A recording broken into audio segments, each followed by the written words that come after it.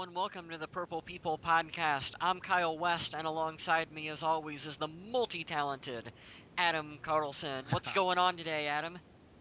Not a whole lot. Just got done watching that Vikings preseason game there against the Chargers. So I'm definitely in a mood. I won't say whether a good or a bad one because we're going to be discussing it in depth here in a little bit.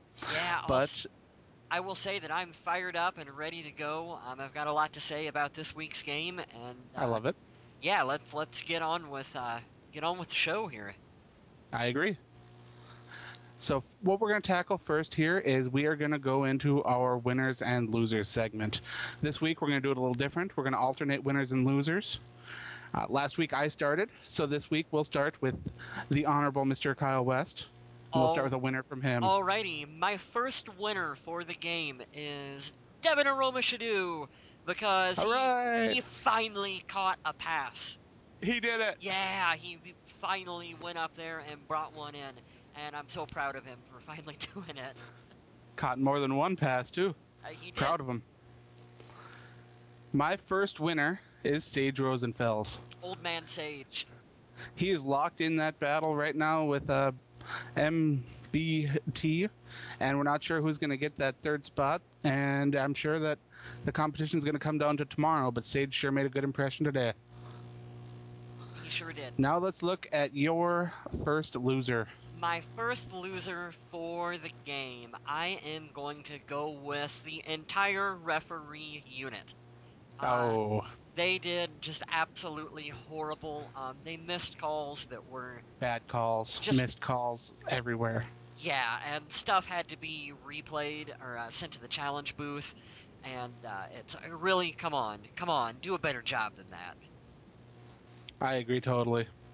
My first loser, and this should be an obvious one, Lex Hilliard. Yep. 2 rushes for 2 yards and a fumble that he lost. Come on, man. Come on. Yeah. You're fighting for a spot there. You're trying to make the roster on a team that has a lot of running backs. You can't be doing that. Let's take a look at your second winner now. My second winner is a player that maybe not necessarily you want to say he's having a winning game, but Chris Cluey looked good on the punts that he was doing. You don't ever really want to see your punter on the field, but when he was out there multiple times today, he had some really nice deep punts. And that's when he's out there, that's what we want to see from him. You're totally right. I mean, he averaged over 50 yards a kick, so you can't complain with that. Yeah, I thought he looked good. Back to form in this game. My second winner is Jared Allen. It doesn't matter if he's going against a 7th-round draft pick or an offensive tackle that's been in the league for 5 or 6 years. No matter what, the man will get production. He will get his sacks. He will get tackles. The man's a beast. Yeah, he's got that high motor, high energy, and he brings it no matter if it's preseason, regular season, postseason, he's going to do it. That's true. Yep. Let's hear your second loser now.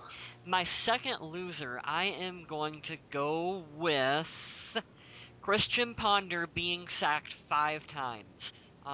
Shouldn't happen. I don't necessarily know who you want to blame for that one, so that's why I'm saying just the statistic is a losing stat that we don't want to have. Right, I get that. Yeah. And it's tough to put blame on that because you don't know whether it's an offensive line assignment, wide receiver coverage, or what. Mm-hmm. But I get where you're coming from there. Yep. My second loser is a lot like my first loser, Derek Coleman. 8 rushes, 15 yards, averaged 1.9 yards a carry, and lost a fumble. These running backs, I don't know what's going on there, but I don't like it. I don't know how many times I tweeted, and you can follow us at Purple People Pod on Twitter. Sure can. And I don't know how many times I tweeted in this game, running backs, hold on to the ball, and they could not do it this week. It's quite a shame, quite a shame. Very much.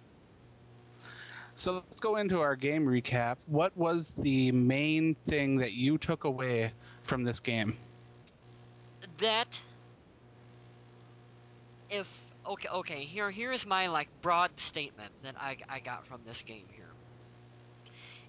Minnesota, if we come out and if we start off hot And if we play good, we can continue to play at a high level for the rest of the game and be competitive and look decent. If we come out of the gate and we just play really crappy, really cold, we're not a good enough team to pick it back up. So that's going to be the story of 2012 for us. We're going to look hot in some games, we're going to look cold in others, and that's just that's just where we're at right now. Well, that's different from last year to where the team was always off to a hot start and then they'd cool down later. This sounds like it's going to be more of a hit or miss based on each game, right? That's what you're talking about? Yes, and I think it's because we have so many rookies on the team that's just it's just something we're going to have to deal with. What I really took away from this game is that all these young guys are learning. They're learning. You see the mistakes out there. You see the bad angles. You're seeing a lot of mistakes from guys that shouldn't be making those mistakes. And I understand this is preseason. I understand this is the time to make those mistakes because, it's not game time. It's not a big make or break situation.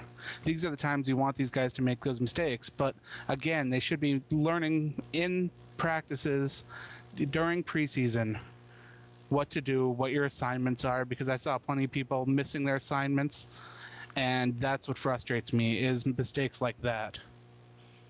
Yeah, it is frustrating, and the team is lucky that right now it is preseason and it doesn't count. So, Right. yeah, if you want to look at it and you want to say, well, if they're going to make mistakes, they need to do it now. That way they can get it on film and hopefully learn from it. So that's, I think, the positive that you get from a game like this. I agree totally. I mean, that's what you need. That's what you need to see. Now, what did you see from the offense that you liked? Not much. um, I had a bit of a problem here. We've been saying this for I don't know, months now. Someone has to step up on our wide receiving core. Jerome Simpson, um, he's going to be gone for these first 3 games, and Right. who is going to take his place? Uh, Nobody apparently is going to be Yeah, taking his spot on the field. I mean, do they not care? How many times do we need to say Stephen Burton step up and do it, or whoever you want to plug into that statement? Okay. now, Stephen Burton did not have a catch this game. No. If you didn't get to watch the game, uh, Jerome Simpson did not play. Coach's decision. They're trying to prep the team for his absence because of the suspension at the beginning. Devin Aromashodu stepped up a bit, had 3 catches for 28 yards. So that's nice to see, but doesn't make up for his previous 2 weeks where he was over. Yeah, I don't know. and like I think I said this on Twitter, is that the halftime adjustment that the Minnesota Vikings should have made was giving Jerome Simpson a contract extension, because they apparently cannot play without him on the field. I mean They look lost. they look, yeah, you're 100% right. They look lost without him. I was happy to see some of the other guys step up. Kyle Rudolph had 3 catches. Michael Jenkins had a decent catch. But overall, the receiving core just isn't where you want it to be. No, it's not. And even when Jerome gets back into the fold of things here, that's going to be a point of emphasis for the Vikings moving into next season through the draft or free agency. That will be something that they will probably be addressing. Now, I do think our tight ends as a unit, uh, whoever gets cut from this team is gonna end up making it on someone else's squad, because It seems that way. we have some really talented tight ends on this roster, and maybe we should just move one of those guys to wide receiver, because at least they're making plays. Honestly, I wouldn't doubt that one bit. Yeah. You got Reisner making plays. You got Asacia making plays. Ellison. They're out there. They can catch the ball. They're running routes. Sure, they're short routes, but these guys are also great blockers. And it confuses me why these wide receivers can't succeed.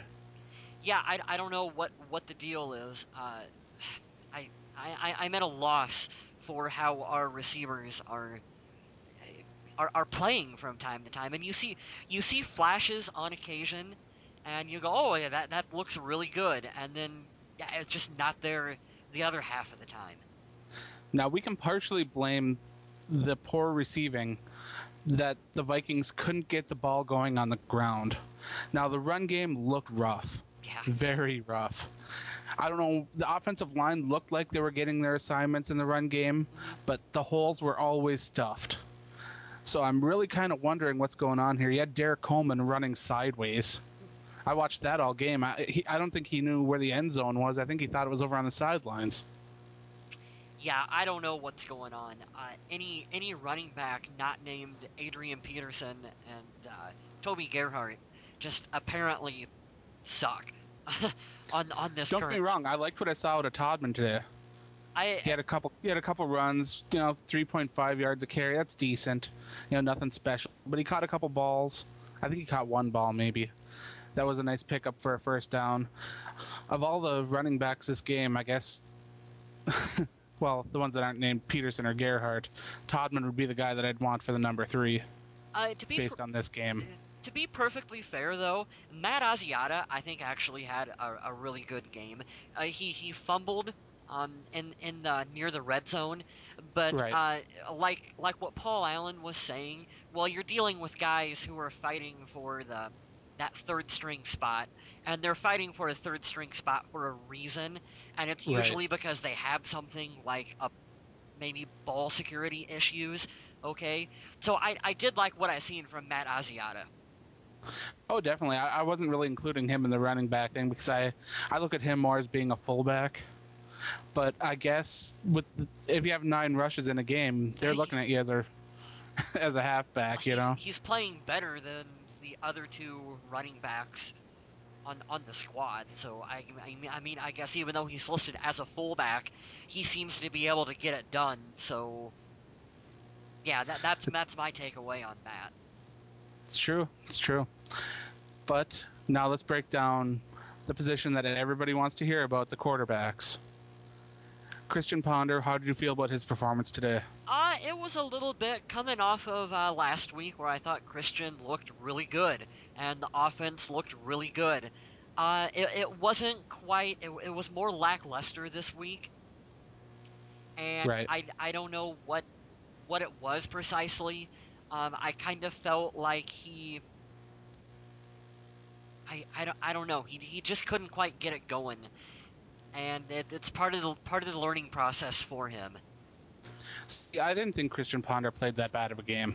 He had that one pass that was an interception. I don't know whether that was supposed to be a curl route or what was supposed to happen there. So I don't want to judge it and say he just threw it right to a defender.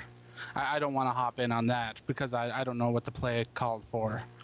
But what I do know is that Christian Ponder was able to stand in the pocket, and even though he took 5 sacks, he was there in the pocket trying to complete passes, and he wasn't taking off. He was making reads.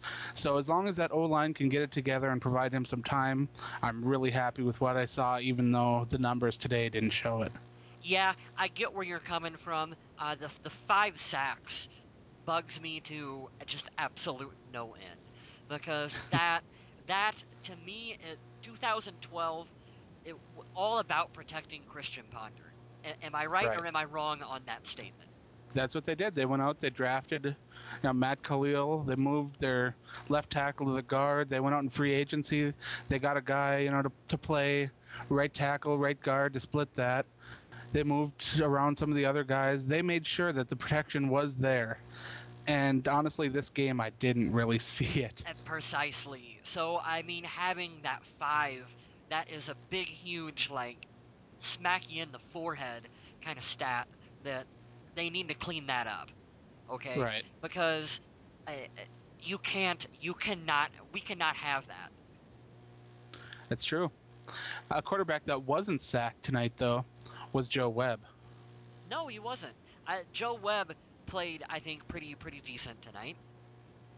Yeah, he came out. He completed some passes. None of them were real, ooh and ah passes. Ones that would be really crazy. There was no 80-yard bombs or nothing like that. But he completed short passes, moved the ball a bit. He was 6 for 8, which is very efficient. Honestly, I thought he played a good game. Yeah, I mean, the whole team looked flat this week. So I mean, The team looked like it picked up a spark of energy when he came in. You saw the ball moving a bit more. You saw the plays firing off a bit faster. I don't know what it is about Joe Webb, but he does have that electricity that for some reason will spread throughout the team and the stadium. I don't know what it is. Yeah, he's got a little bit of that Joe Cool mentality that's a part of him, where people like him, fans like him. You know, you get excited because anytime he comes on the field, there's that big play threat that could possibly happen. And a lot of the times it can be from him doing a 41-yard scramble that goes down, the field. And he does have the ability to also throw, a really deep ball to one of our receivers if they can get open and catch it. It's true. He is exciting like that. Yeah, so I mean that's what Joe Cool can bring to the field. Well, you know who isn't usually as exciting, but was very efficient tonight? Old man Sage Rosenfels bringing the That's Sage Vikings in. Rosenfels. Yeah, bringing them in He for sure their did. only touchdown score of the game. He completed 100% of his passes. You gotta love seeing that. Sure, he only passed for 51 yards, but he did get that touchdown and put the only Vikings touchdown on the board, and you gotta love that. And you can just tell. I mean, he's coming in with, I think it was, 6 minutes left in the fourth quarter. And Yeah. he just looks like an old pro out there, just taking his checkdowns and just putting the ball where it needs to go and just efficiently moving the ball up the field. And that's what you love to see from him. That's what you expect. You do, and he's a great guy, and I would like to see him make the team, and MBT end up on the practice squad. I think that would kind of be the scenario so, that they're looking for. Yeah. Yeah, I think that he does need another year to at least evaluate his talent. That's Bethel Thompson. I don't think that he's going to unseat Rosenfels this year as the third quarterback, but the kid does have potential. But right now, Sage needs to be there to help out these young guys. Mm-hmm. But let's take a turn to the defensive side of the ball, which I'm sure you've got plenty to talk about. Yeah, here's the thing that I wanted to make our statement about the defense. Everyone seemed to be really excited about, oh yeah, Jared Allen's got, what was it? How many sacks did he have? 2, 3 sacks? I believe he had 2. Yeah, 2 sacks in the game, and we're getting all kinds of pressure, and we're doing this, and we're doing that, and it's we're beating up on a second string unit that's out there. It's our first string versus their second string. We should be looking that good, okay? To me, I'm not excited about Jared Allen getting that kind of pressure against their backup left tackle. See, your logic drives me crazy on this one. Why? They should be doing that. Why are you taking Jared Allen down a notch for taking on the guy that San Diego is putting there to put up against him? I don't care who they put there. You should be excited anytime Jared Allen can beat the guy that they're putting in front of him.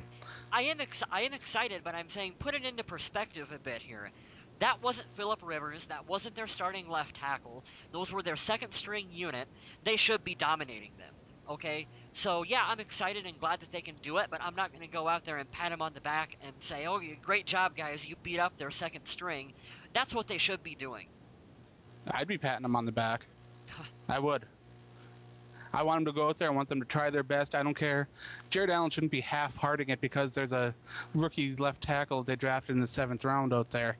No, he should be out there doing his best, getting sacks, and he shouldn't be knocked down because that's the guy they put in front of him. I'm not saying to half-heart it, though.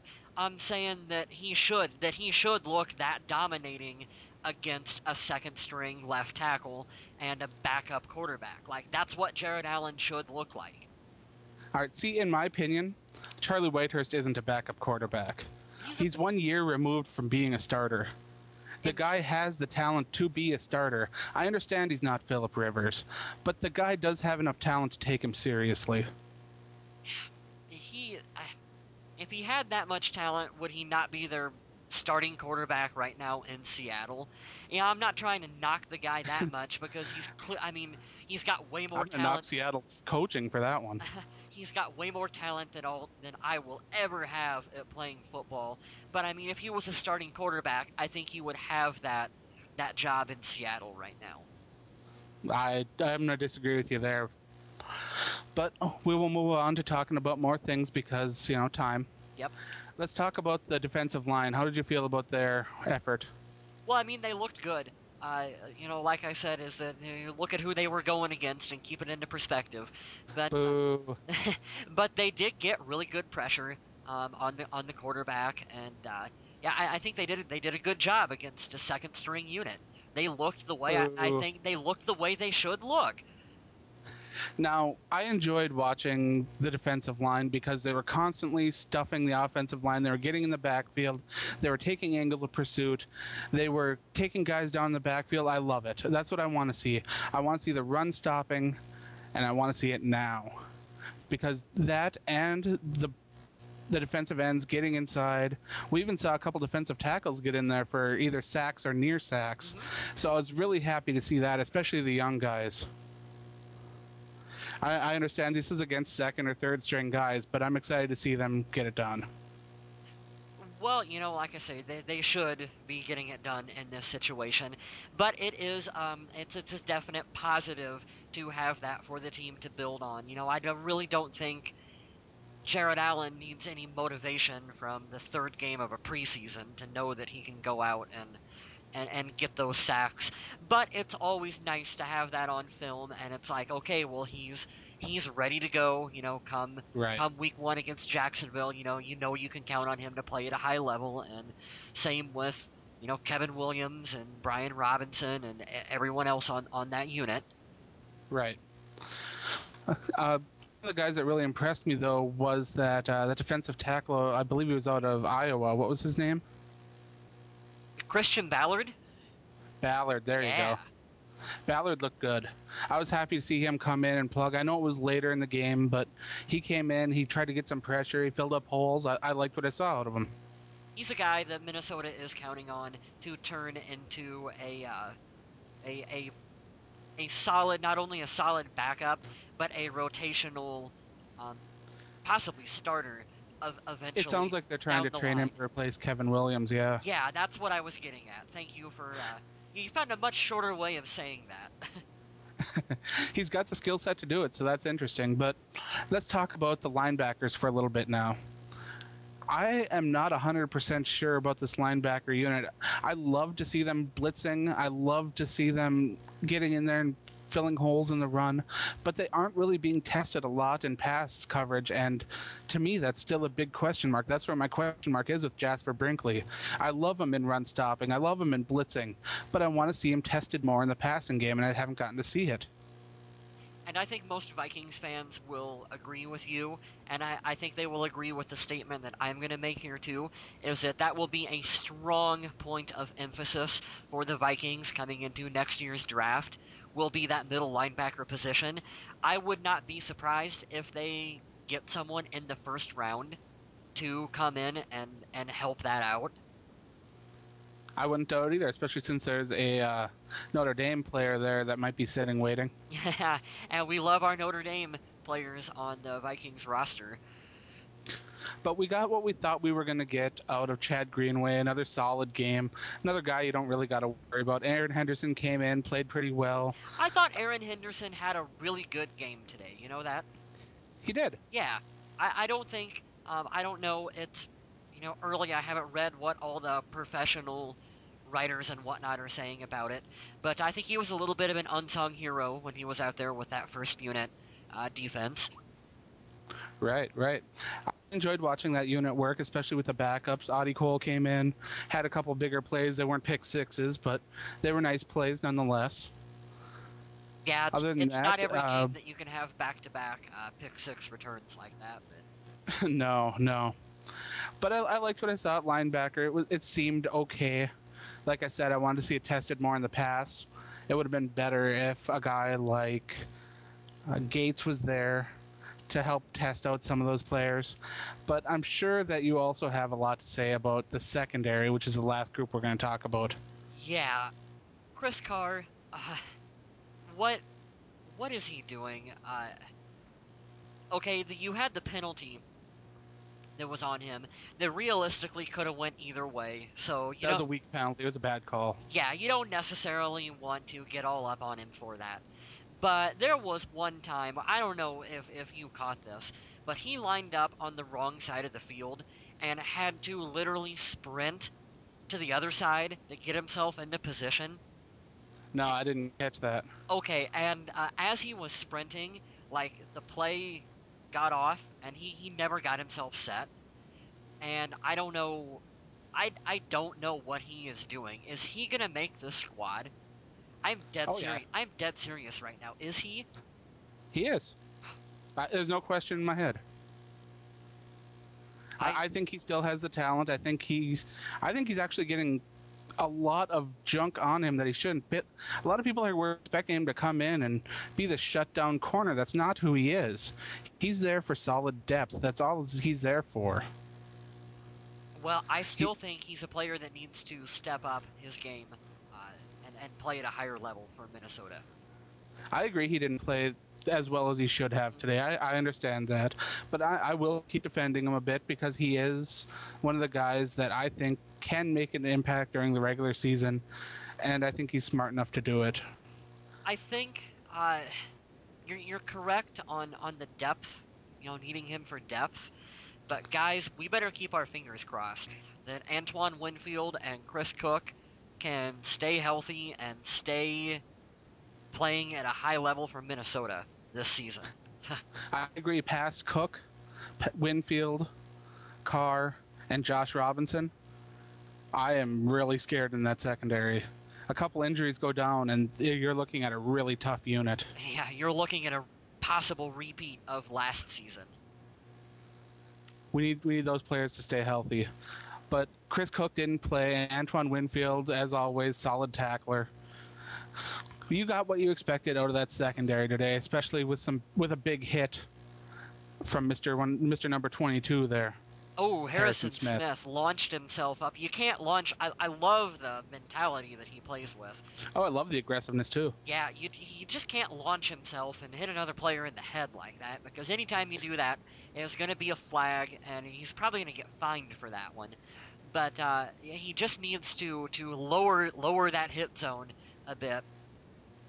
To me, it's crazy because if that receiver would have caught that ball, and moved his shoulder like he should have, that would have been a perfectly clean hit, and you would have had absolutely nothing to worry about. But because the receiver was out of position to catch the ball, it's a penalty.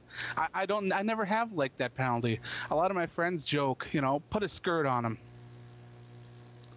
Which is no offense to the ladies out there, because I'm sure you play your football very hard. But I understand where they're coming from. The no contact thing, I don't know. I just don't get it. Well, love it or hate it, that is a rule, and you got to play within the confines of whatever rules the NFL come up with.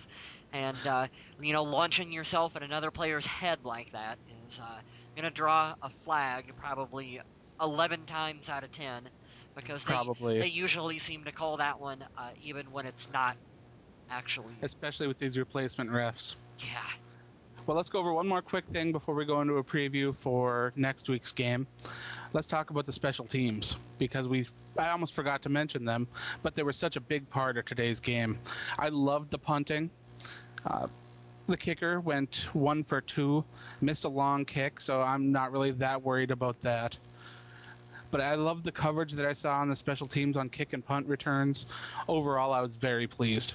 Yeah, like I said, Chris Kluwe was one of my winners for the game. I think he did really good when he was called upon to punt, even though he was called upon probably more times than what Minnesota would like in one game. Right. Marcus Sherrills had a nice return that was unfortunately negated by a dumb penalty. They gotta not do those penalties like that. Right. Definitely. But like I said, I loved what I saw from the team on special teams, and I hope that can continue throughout the season, because special teams over the past couple of years has been a weakness of this Viking squad. So let's talk about next week's preseason game. Yeah, Minnesota is going to travel to Houston and take on the Texans. the What do you Houston think about that Texans. one? Well, the storyline, love it or hate it, even though he's not going to be playing in it, is probably going to be Adrian Peterson returning back to Houston. As we all know, that is where he got arrested earlier, Sure is. and it's the fourth game of the preseason, so there's not going to be a lot to talk about. So might as well analyze and overanalyze him going back to Houston. Uh, will anything come of this? I hope not.